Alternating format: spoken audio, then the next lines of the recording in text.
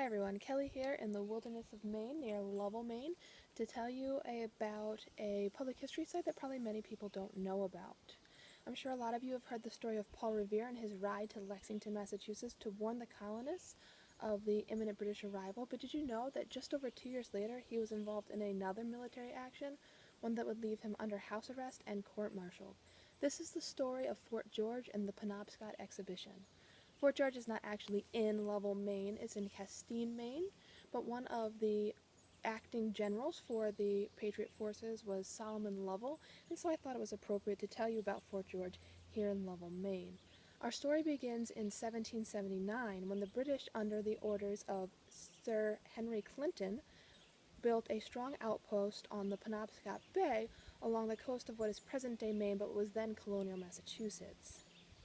Then, on July 19, 1779, without continental permission, the Massachusetts legislature ordered a 4,000-men naval exhibition to take the fort.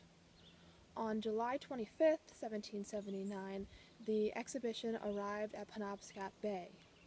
The exhibition was led by Commodore Saltonstall, Adjutant General Wadsworth, Brigadier General Lovell, and the Lieutenant Colonel Paul Revere. Revere and Lovell were in charge of the attack by land, and Wadsworth and Saltonstall were in charge of the attack by sea. Fierce fighting ensued, and after a few hours, Revere and 600 of his men were within a few hundred yards of the fort. But Lovell refused to attack the fort until Saltonstall and his 37 battleships engaged the 3 British sloops in the Penobscot Bay. But Saltonstall refused to engage until Lovell had taken the fort.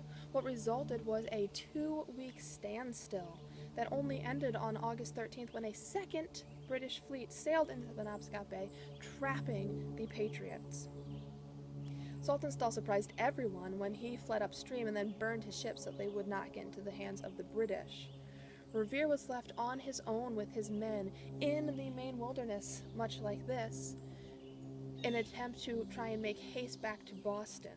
Can you imagine trekking through hundreds of miles of this dense wood trying to find your way back home? The exhibition cost the lives of more than 470 Patriot soldiers, as well as countless naval ships that had belonged to both the Continental Navy and the Massachusetts militia. The British achieved their victory at the loss of only 13 men, making this military fiasco one of the most disastrous campaigns of the Revolutionary War, and Saltonstall and Revere were blamed for it.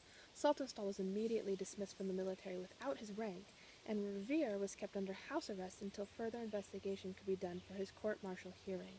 The major charges against Revere were that he had 1. Refused to hand over his ship when Wadsworth had ordered him to because his personal belongings were on the ship, and 2. That he had fled without the retreat orders. Revere maintained that everything he did for the safety of his men, and he actually pressed for his court-martial hearing to clear his good name. It wasn't until 1782, after the Battle of Yorktown, that Revere was acquitted of the charges of him. He stated that even with all of the malice and deceitfulness that had been put against him by his enemies, he was still able to clear his good name. You see, Revere believed in the principle of Deuteronomy 25:1, which is that when there is a disagreement between people, they should bring it to the court, and the court will decide who is innocent and who is guilty, and they will acquit the innocent, but they will condemn the guilty.